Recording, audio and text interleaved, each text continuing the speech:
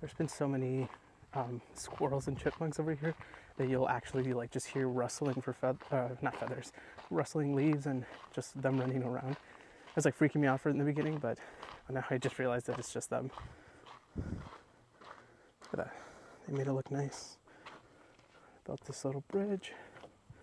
I mean, sometimes I think, sometimes I think that some of these bridges are like kind of unnecessary because you could just like walk on the full path if there wasn't a bridge. But then again, if it gets really muddy, then it'd be like extremely inconvenient to try to hike over here.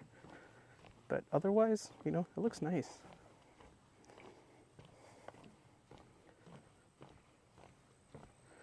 There's a bench for an overlook view.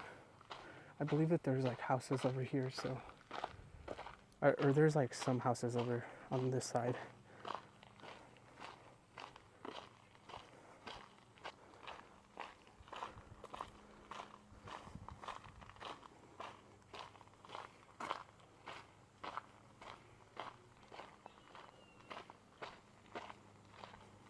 Okay, so I believe I'm getting closer to the end of this loop, and so there's two ways to come back, and one of them is just to go like straight down, and the other one is to go around. So we're just going to do the one that goes around, mainly because I believe that's where the bridge is, but also would like to do just the more extended and further route, because I mean I have time, and it's beautiful outside, and also it's really shaded out here, so it makes it like great for hiking.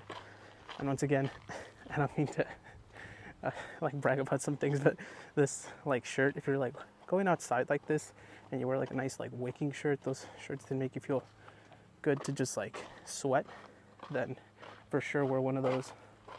I believe it's this way. Yeah, it's this way. Okay, so we reached the end. So I think over there you just go to a neighborhood. It's like a cul-de-sac, I think. And then over here is where we're gonna go. Lake Forest Bank and Trust Woodland Trail. Thank you, Lake Forest, for developing this.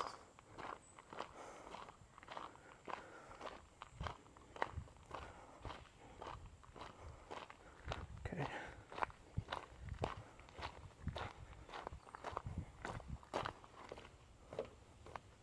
It's so quiet over here, so it's just funny just to hear my steps just clatter like really hard.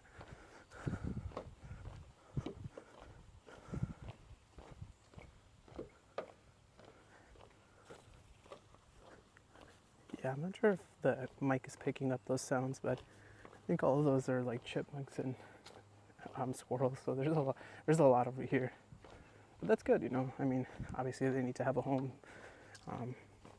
So yeah, and then sometimes there's actually like some water snakes around here, so if you ever come over here, like don't freak out. I don't think they're venomous. I'll have to check on that again.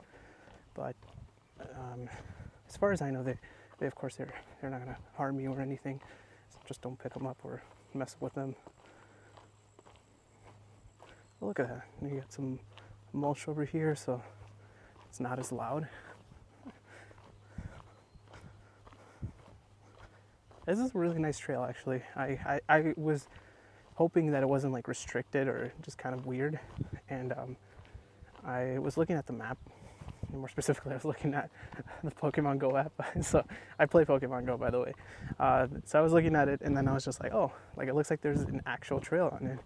And not to say that the app knows, that Pokemon Go knows everything, but you know, if it's on Pokemon Go, most of the time it's very commercial, so it'll show all the trails.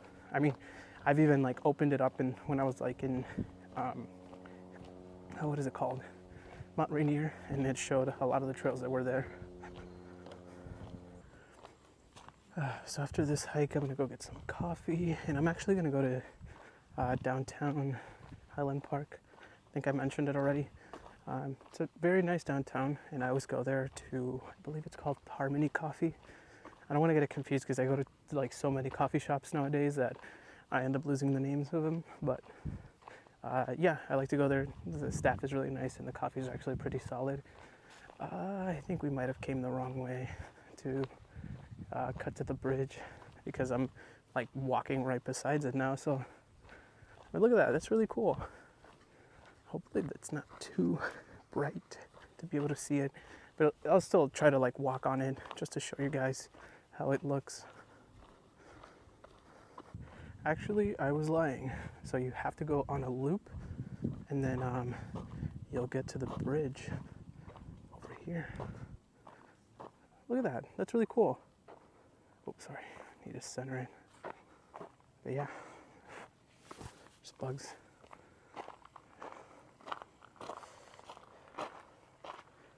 It's like an actual car bridge, but it's just a foot bridge. So yeah, I mean, I'm assuming like when it gets like really rainy and everything starts flooding, then you'll probably see a lot of sand or water down there. So you'll probably see a stream there, and then going down over here, over here, and then it probably just ends up going to the lake.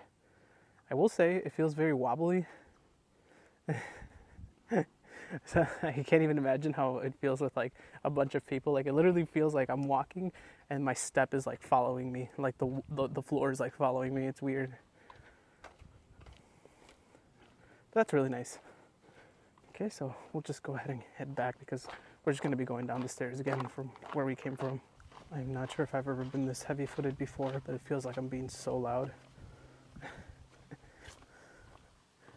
Yeah, we're going to go downstairs.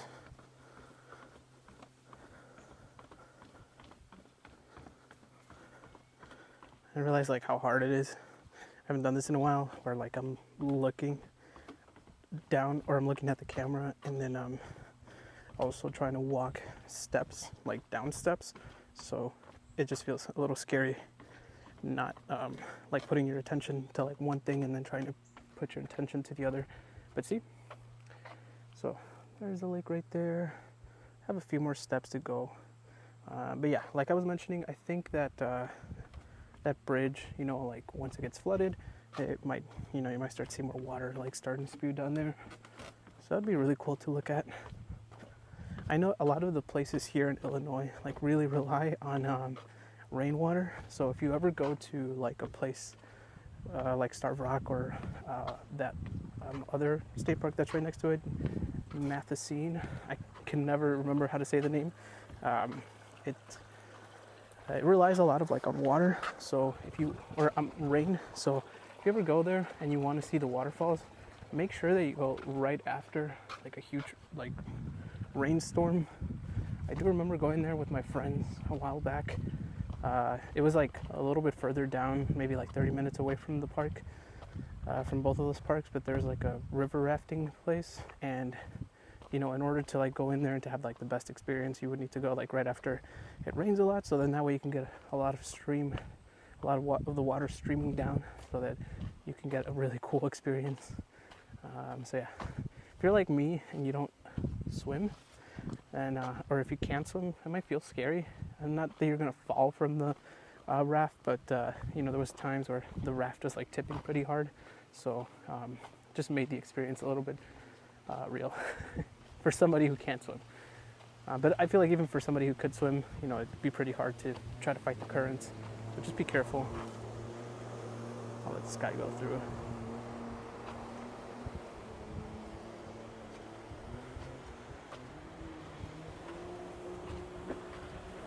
Alright, so I'll call it quits here, just because I want to enjoy the rest of my time before I go to the coffee shop.